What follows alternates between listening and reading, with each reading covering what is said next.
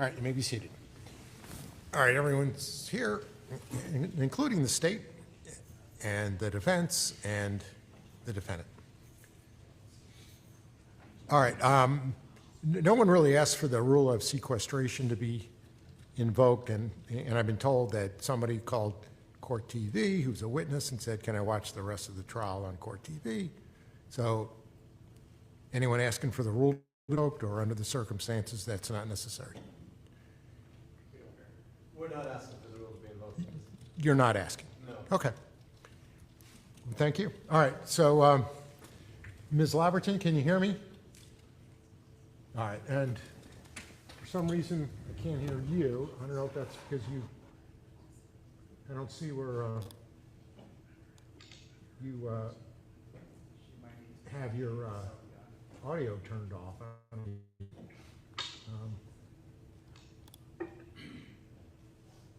Mine's on. All right, there you go. Okay. Okay, so I turned up the volume there. Okay, thank you. I'm just getting so good at this. Okay, so are we ready to bring the jury back in? We are. All right.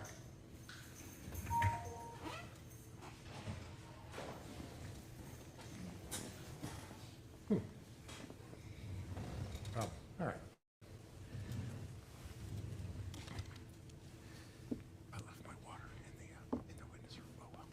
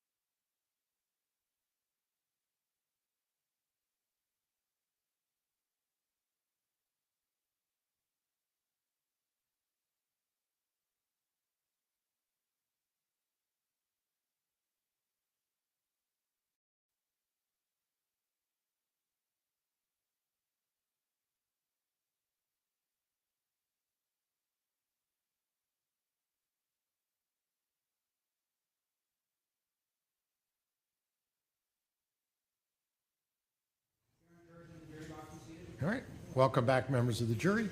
State, please call your next witness. Thank you, Your Honor. This time the state calls Debbie Laferton.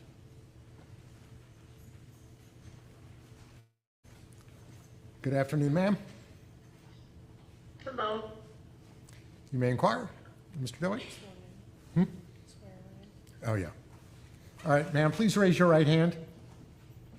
Do you swear or affirm to tell the truth, the whole truth, and nothing but the truth? I do. Very good. All right, you may inquire. Thank you, Judge. Ma'am, can you please state your first and last name and spell it for the record? Deborah Laferton, DBERALAFFERTON.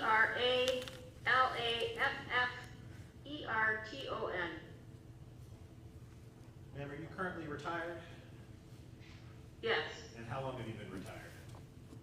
since April 18th of 2025. And what did you do before that?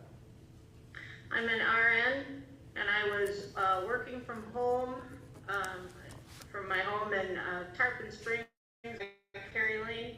I was working Corporation. About how long did you do that? 7 years. Okay. And so, did you start doing that in 2018 then? Yes, July 2nd, 2018. And where do you I've reside? been a nurse for 45 years, but I'm sorry. No, no problem. Where do you currently reside? Currently, I'm living in Oshkosh, Wisconsin, And how long have you lived there? since April 27th of this year, 2025. And where did you live before that? 520 Cary Lane, Tarpon Springs. And did you live at that Tarpon Springs address in December 2018? Yes, I did. How long did you live at that address total? I moved in May of 2018, so, I don't know, 7 months. May, June, July, August. Do you recall the people who lived on the corner near the mailboxes in your neighborhood at 1954 Juanita Way? Yes, How did you know them? They had purchased the house and they had moved in, not quite sure when, I know it was 2018 probably. And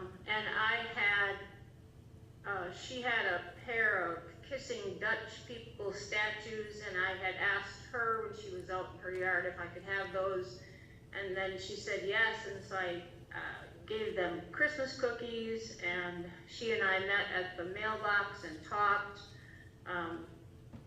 briefly, so I knew them in passing. Okay. Did you see her around the neighborhood fairly often? Really just going to the mailbox. She and her husband weren't much for the pool or being out and about, walking their dogs. I did see her walking the dogs. Okay. Now, did there come a time in December of 2018 where you stopped seeing her walk the dogs? Yes, as far as an exact date, it was just before Christmas. I know that. Would it be fair to say that it was sometime around the middle of the month? Yes. Did you ever see her out and about with her grandchildren that month? Yes, she had, I think I was told that they were 3 years old and 2 years old, and her grandchildren were visiting, and they would walk with her, walking the dogs. Now, after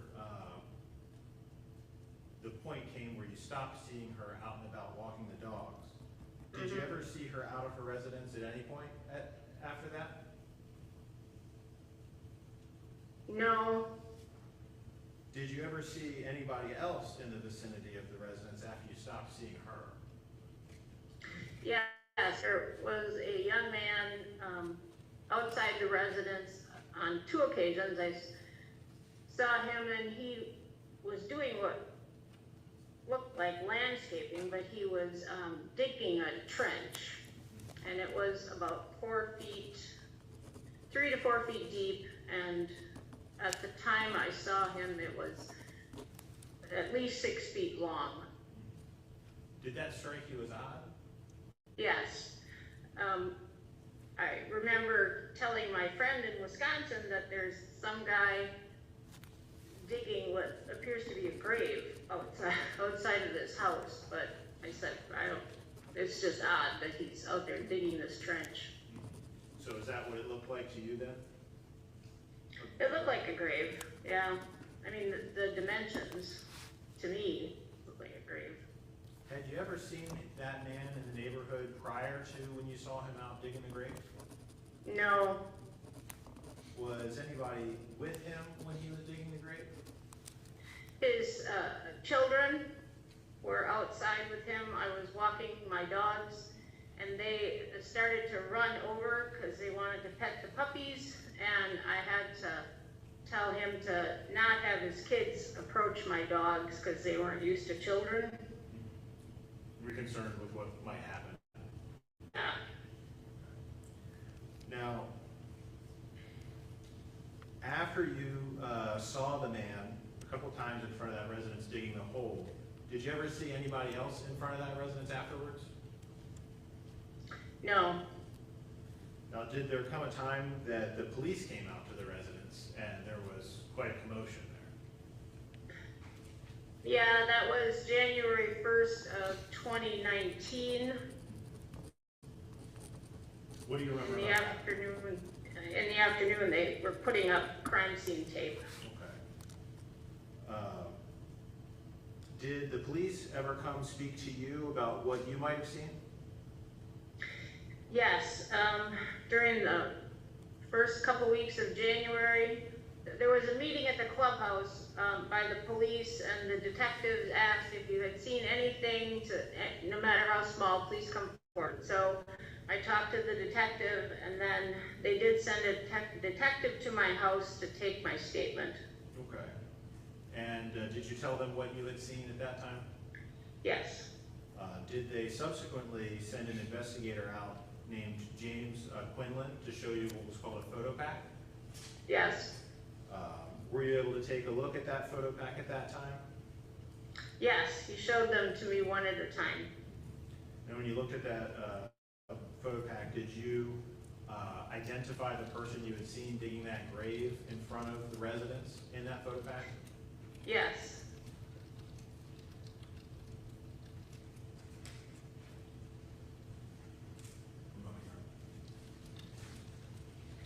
Thank you, ma'am. I don't have any additional questions at this time. Thank you. Any cross-examination? One moment. Okay.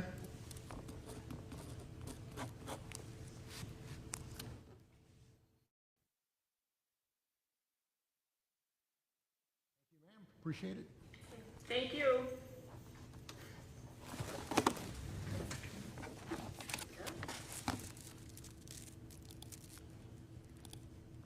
All right. State, please call your next witness. I'm safe to call Don Ivancic.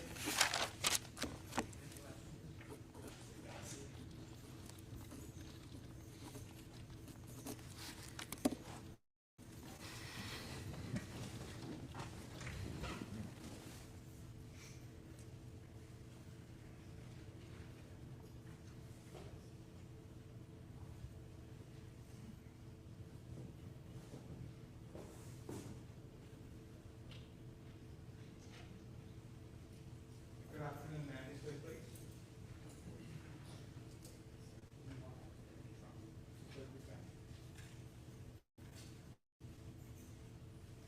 Step up and forward, please. Stand right here. Face the clerk. Raise your right hand. Receive the oath. Do you solemnly swear or affirm to tell the truth, the whole truth, and nothing but the truth? This way, please, ma'am.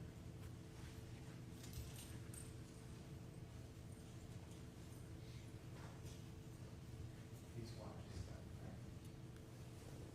Please steps up.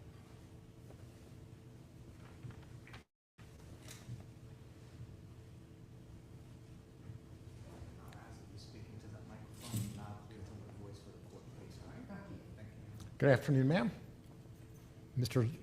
Doe, you may inquire. Yeah, have you sworn her in yet? Yes. Yes. Okay, that's okay. Sometimes you just can't swear enough. Good afternoon, ma'am. Could you please state your name and spell it for? Could you spell it? Pardon? Could you spell your name for us? Spell Yes, ma'am. Godsey. Thank you. Ma'am, are you currently retired? Yes. How long have you been retired? Well, over 20 years. And where do you reside? Pardon? Where do you live, ma'am? Tarpon. Tarpon. What neighborhood? In the Meadows. It's called the Meadows Mobile Home Park. And is that a retirement community? I'm sorry, I can't. Is that a retirement community? Say what? A retirement community? Yeah. Okay. Or a 55-plus community, I Right. guess I should say. Right. Did you live in that neighborhood in December of 2018? Yes. How active are you in your neighborhood? At the time, I wasn't real active because I was traveling a lot.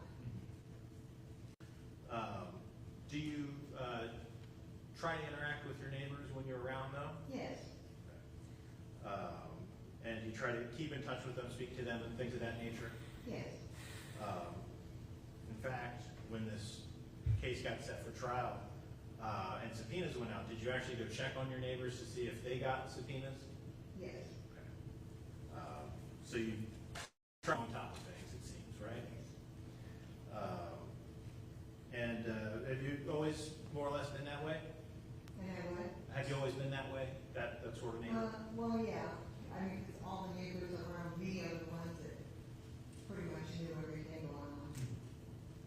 Do you recall the people that lived on the corner near the mailboxes at 1954 Juanita Way? Yes. Did you know the people that lived there?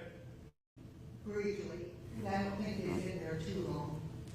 Can you tell us what you did know about them, or how you knew them? Well, the husband, I saw him, I never really talked to him, and the lady, I had talked to her maybe twice. So I saw her walking her dog some, but that's about all. Okay. About how old did they seem to you? I think he looked like he was in his 70s, and she was maybe 10 years younger.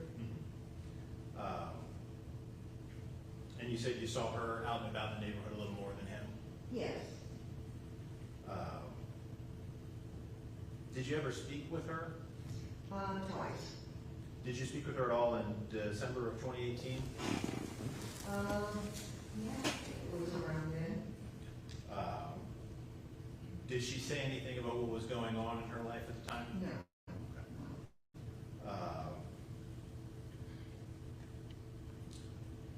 Now, did you ever see her around the neighborhood beyond, say, about a week before Christmas of 2018? I don't remember, but not that I can recall. Okay. Had you seen her walking the dogs fairly regularly before that? Yeah, off and on. I'd see her just out from my door, you know. Now, later in the month, did you see anybody else near the residence that you had not seen before? Yes. Can you tell us about that? There was a man, and he was actually digging a trench the length of her sidewalk. He was outside digging. Okay. How deep did it look to you? It looked like it was getting pretty deep. Did that strike you as unusual? Well, yeah, I mean, don't know why he was digging it. Did you ever speak to him or ask him what was going on? Well, I was going to the mailbox and I waved at him and said hi, and he did the same thing, and that was it. Was anybody with the man when he was digging that No. trench?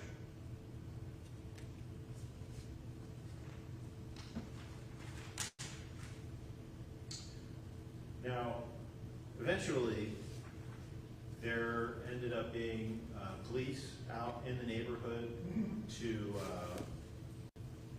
look into what had happened at 1954 Juanita Way. Were you in the neighborhood when that all happened?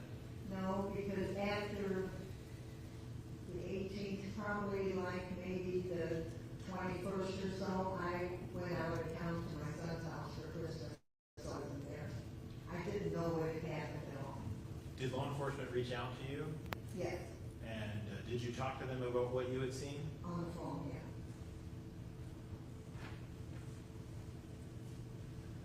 I don't have any additional questions this time. Thank you, ma'am.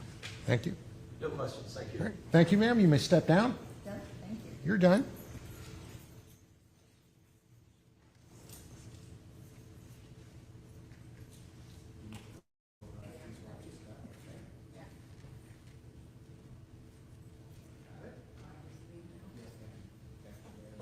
All right. State, please call your next witness. State would call Richard Ivancic.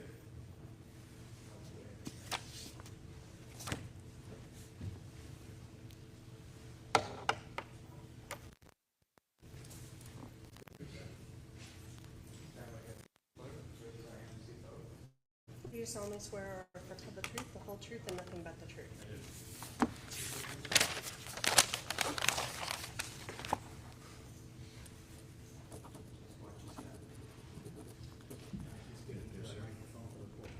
Good afternoon, sir. Mr. Sorby, you may inquire. Judge, could you please introduce yourself to the jury? Yes, my name is Richard Ivancic Jr., Richard Lewis Ivancic Jr., it's I-V-A-N-C-I-C, last name. I'm the oldest son. All right, well, we're gonna get there. Mr. Ivancic, how old are you? I'm 59 years old. And, you don't have to give me the exact address, but what area do you live in?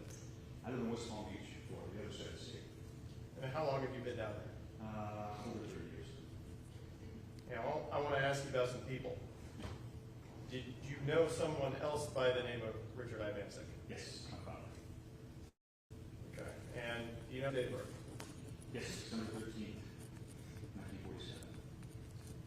Okay, now, whereabouts were you born? What area of the country? Cleveland, Ohio. And what's your mother's name? First name? Janet. Now, your mother, Janet, was she married to your father? She was. They were high school sweethearts. And where did you all live when you were young? West side of Cleveland, pretty much all side of Cleveland. Ohio people? Ohio people. It's all Ohio to me. Very good Midwestern people. And do you have any brothers with the same mother, Janet? Yes. Or any sisters? My one is here today, Mark, my youngest brother. Mike is the third oldest, and then my sister Renee is here today as well. There's actually 4 of us within a matter of 6 years. Okay. So very close in age. So do you know Laura Ivancic? Yes, Who is she to you? I knew her. Who is she to She's you? my dad's second wife. Okay. And when did she come into your life? About a year after I graduated high school in 1985. Okay. And obviously by then your father was divorced. And did he marry Laura? Yes. And while they were together through the 80s, 90s, what area of the country? Could we approach? You know, All right, you may.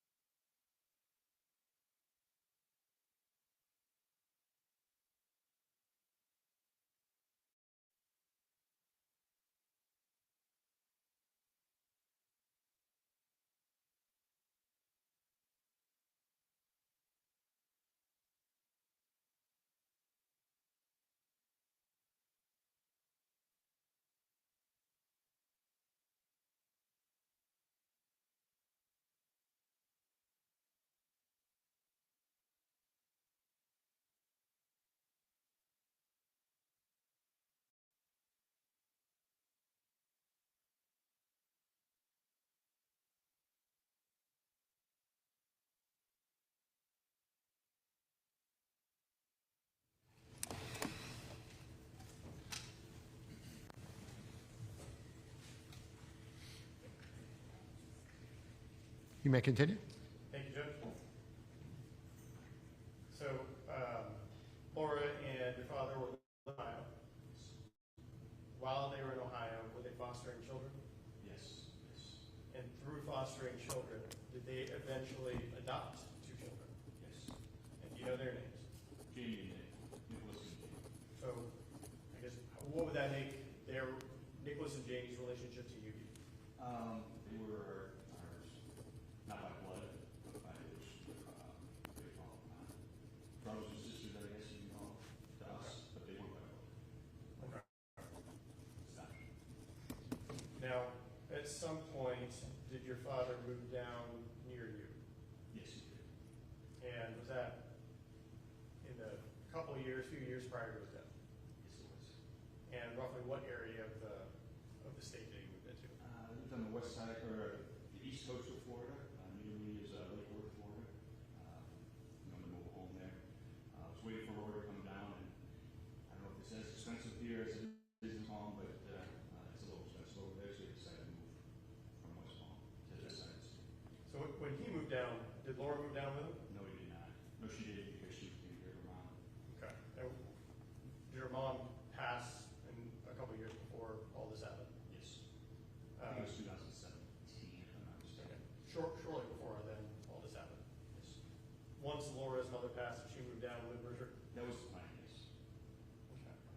backing up a little bit, did Nick also move to Florida and live with Rich during a period of time?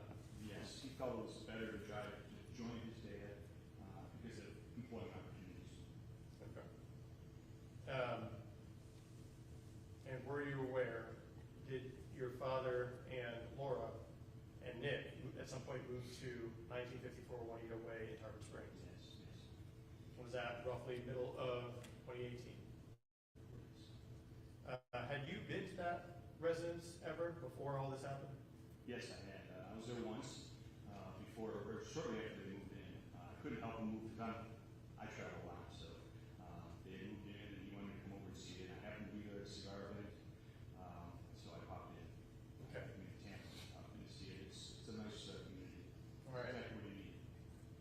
Let me ask you this. In terms of Laura and Richard, did they keep a clean house or did they leave the line around all over the place? It's funny you ask me that. My dad is very anal retentive. Okay? He's an engineer, or he was an engineer, so he likes things very organized, very neat, very tidy. Okay. So would it be unusual to see receipts and things lying around the house, trash on the floor, or Absolutely. walls messed up, Absolutely. couches across doorways? Very unusual. Okay. So would you talk to your father on the phone, text with him, those types of things? Yes. Every now and then you see him? At least every week or so, we check in. I would probably call him or text him if I was traveling to a unique location because he likes cigars as well. I would share cigars with him. I'm in that business, so that's how we connected at a later age. Okay. Do you recall his 71st birthday, December 13th of 2018? Did you have any contact with him on that day? I did call him. I called him on 13th to wish him happy birthday. I think it was later in the day. I think it was during the week. I think I might have been traveling before the holidays. And we were kidding or joking because he was excited that his grandkids were coming. I had 2 kids myself that are about the same age as his 2 kids. And girls, they live out of state. And I was traveling to see them for Christmas. So we were sort of joking about that on his birthday. Okay. And you were going to visit your children who recently had grandchildren? Yes, it was my first and only granddaughter. It was the first Christmas, so I wanted to be there for Christmas. So Were you talking to your father about that because this would have been his great grandchild? I was, and he would comment back that he was going to have his grandkids come and visit too, with Jamie and the defendant. Now, in that discussion, did you discuss that when you got to North Carolina, South Carolina?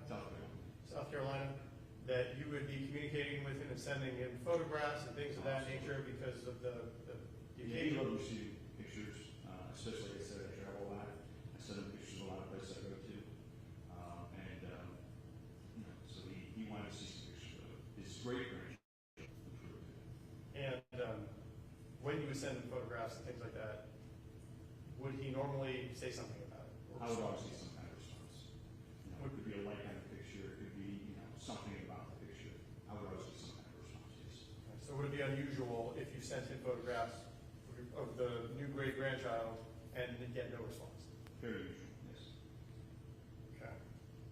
So that birthday, December 13th, 2018, was that the last time you talked or saw him or had any contact with him at all? It was So obviously at that point in December, you're going up to visit family, about to be the holiday season. Were there multiple times between then and New Year's that you were sending him photographs? yes. And did you get any responses after that? Did it get to the point where you were concerned? Did you try to call him? I did. And did you get any response? None whatsoever. Was that unusual? Yes.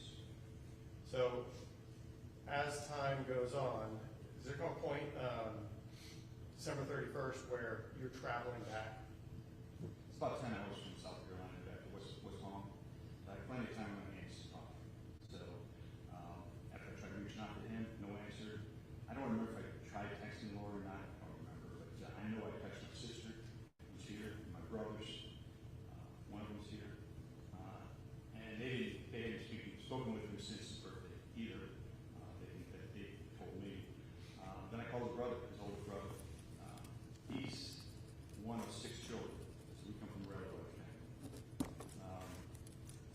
brother, my uncle Ken, and we tried to start putting together a timeline. When was the last time we talked to him?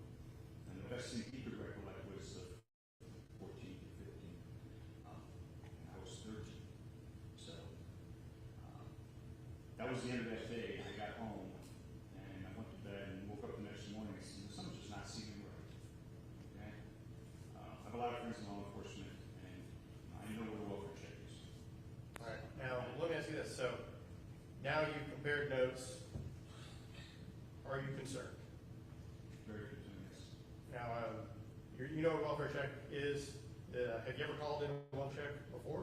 No, never. Is that something that you just like, hey, I haven't talked to somebody, I think I'm going to call the police and have them check? No, I talked to a couple of friends of mine, just to say, what can I do? I mean, besides driving over here, which is 4 miles away, could be fine.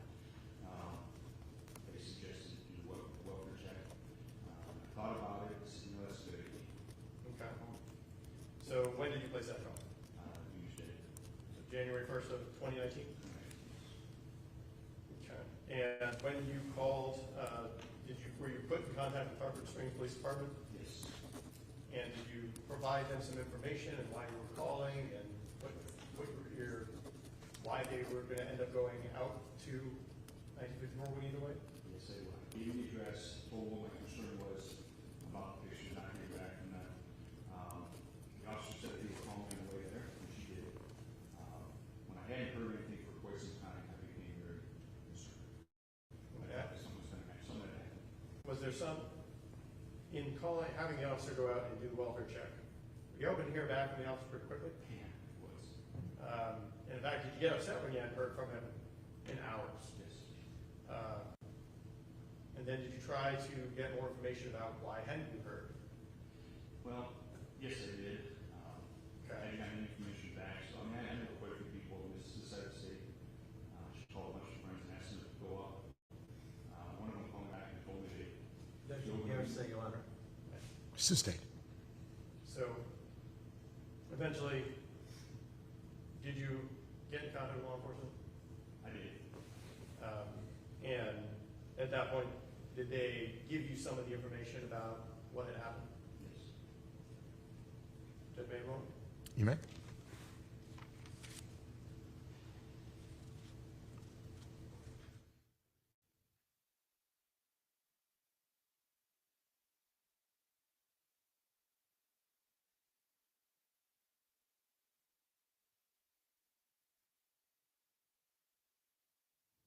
Couple questions for you.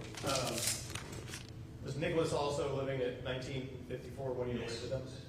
Okay. And there was a van there. Was that the vehicle that Nicholas generally would drive? Yeah, it was in my day, I believe, but he was driving because the Lord showed me the car. He had it was stolen. Okay. Did there come a point around January 4th-ish where after law enforcement, and maybe 4th, maybe 5th, after law enforcement had been in the house and done the investigation, that you had an opportunity to go in the house? I did. Now, and did you see the state of the house? Is that the way that your father would have, and your stepmom would have kept the house? Something I don't want to disclose. I don't have any more questions. Thank you. Any cross-examination? No, Your Honor. Thank you. All right. All right, Mr. Sarabia, would you like to present anything else? Yes, Judge. Mr. Ivancic would like to present something to the tax case. All right. Hang on a second, okay. Members of the jury, you are about to hear evidence about the impact of this murder on the family, friends, and community of Richard Ivancic, Laura Ivancic, and Nicholas Ivancic. This evidence will be presented to show the victims' uniqueness as individuals and the resulting loss by the deaths of Richard Ivancic, Laura Ivancic, and Nicholas Ivancic. However, you may not consider this evidence as an aggravating factor. Sir, you may proceed. Thank you. Thank you. Sorry to wear glasses because I'm getting old. I'm here representing myself and my family. I do not need you attendance today. I'd like to read my written statement to verbally express our feelings and discuss the impact this crime has had on me, personally, and my family. I'm speaking to you as the oldest biological son of Richard Ivancic Sr. It was very hard to try and put into a few words a life from the parents.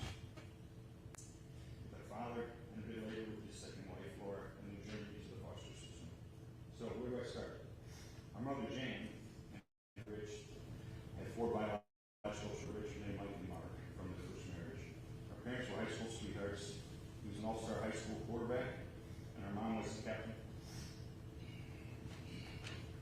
of the cheerleading squad at West Tech High School in Cleveland. He was quite an athlete. He had offers to play for college ball, that is, until they had me. During his senior year in high school in 1965 and 1966. They were raising 4 kids by the age of 24 and were married for 14 years. But, of course, as they were childhood sweethearts, known each other since 7th grade, so just about over 20 years. After the divorce, my father spent some time searching for what he wanted to do with his life. Since graduating high school, Dad had worked his way up the ladder to CI, which is Cleveland Electrical Limited, and retired as a draftsman in their engineering department. After meeting his second wife, they decided to start their family.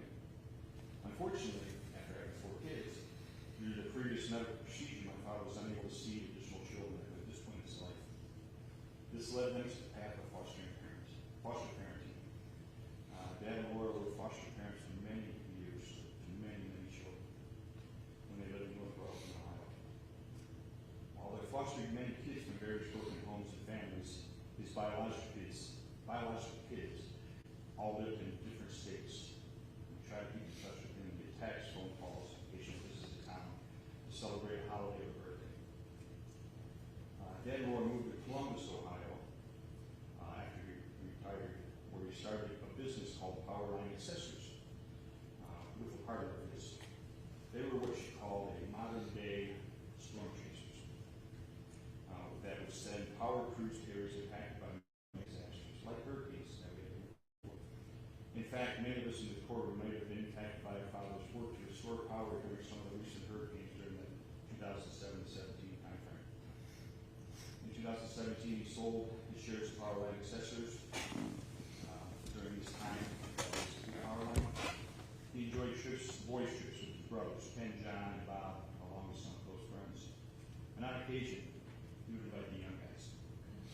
We would join him, including myself, my cousin Jimmy, or brother-in-law Doug.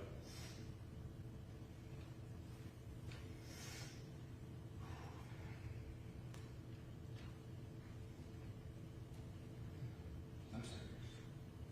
We would have a great time bonding with boys, playing golf, visiting local horse tracks or casinos, just simply enjoying life.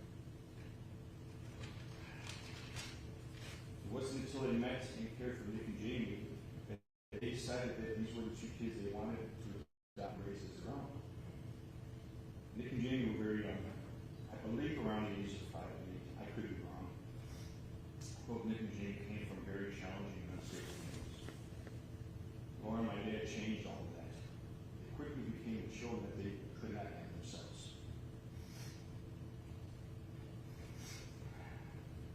They gave them everything they could possibly want or need growing up. Yes, they were quite spoiled. Even after retirement, they took care of Laura's parents in the later years, as well as caring for Nick and Jamie during this time. My dad and Laura loved foster kids that they cared for and were torn every time they had to give them up. They were innocent and loving parents and grandparents that had many more years in front of them. In fact, I was driving back from visiting my kids and granddaughter in South Carolina. I shared pictures of a trip with Dad and Laura, but never would have guessed it this time I talked to them. We'll never get to see them again and can only hold on to the memories that we shared along the journey of life before they were all taken away by him. Thank you. Anything else regarding this witness? Any cross-examination? Thank you, sir. You may step back. Thank you.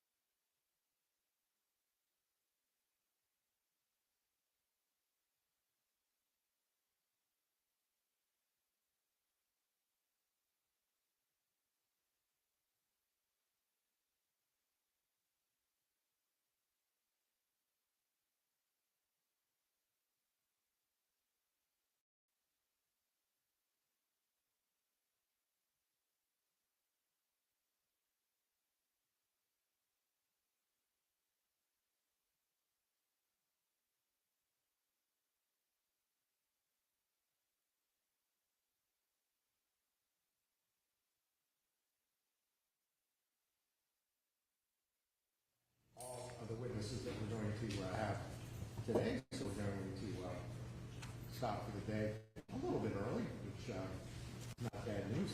It's obviously been a long day. I do have motion calendar in the morning with various other cases on the motion calendar. However, Judge Susan St. John has graciously volunteered to handle that for me, so she'll be handling that while we can start early. We really want to make sure that we get done.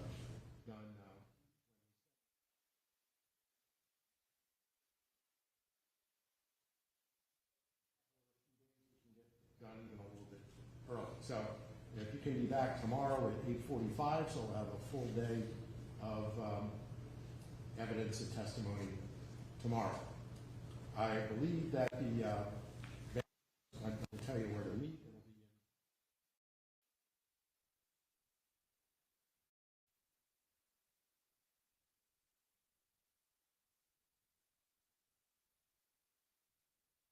It'll be anything about the case, you already know all of that. Everyone has a juror badge. Don't forget to have your juror badge on in the morning. If it was me, if I brought it in the house, I would probably forget it, so I might want to leave it in the car, or if you have a purse, keep it in your purse so you don't forget it. And then have it on as you come in, because people see that you have that on. That tells everyone not to say anything to you that they shouldn't say, or say anything about the case or anything like that. All right, anybody have any questions or anything? So we'll be done by 5 tomorrow. If we can stop a little bit early, that'll be great, since we're going to start fairly early. So and we'll see you back here at 8:45. Thank you.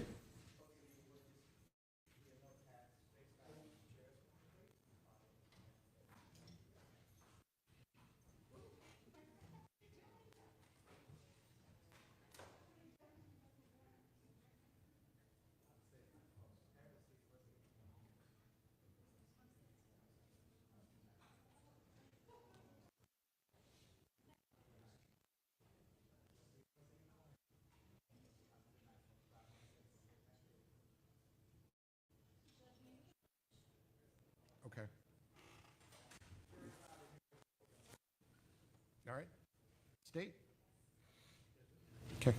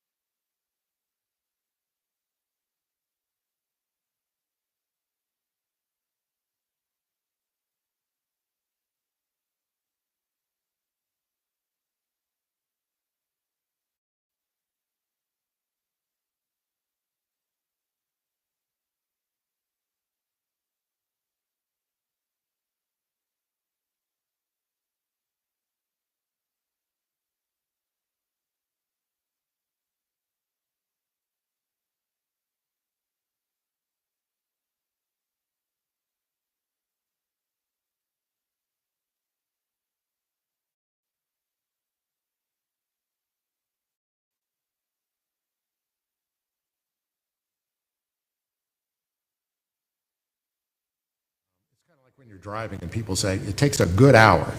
I don't know what the difference is between an hour and a good hour, but I guess a good hour is truly more than an hour. So we're going to take a short 10-minute break, and then we'll talk about any issues we're going to have tomorrow. So we're not going to talk about every single issue that we have remaining in the case, just what we need to know about tomorrow, okay?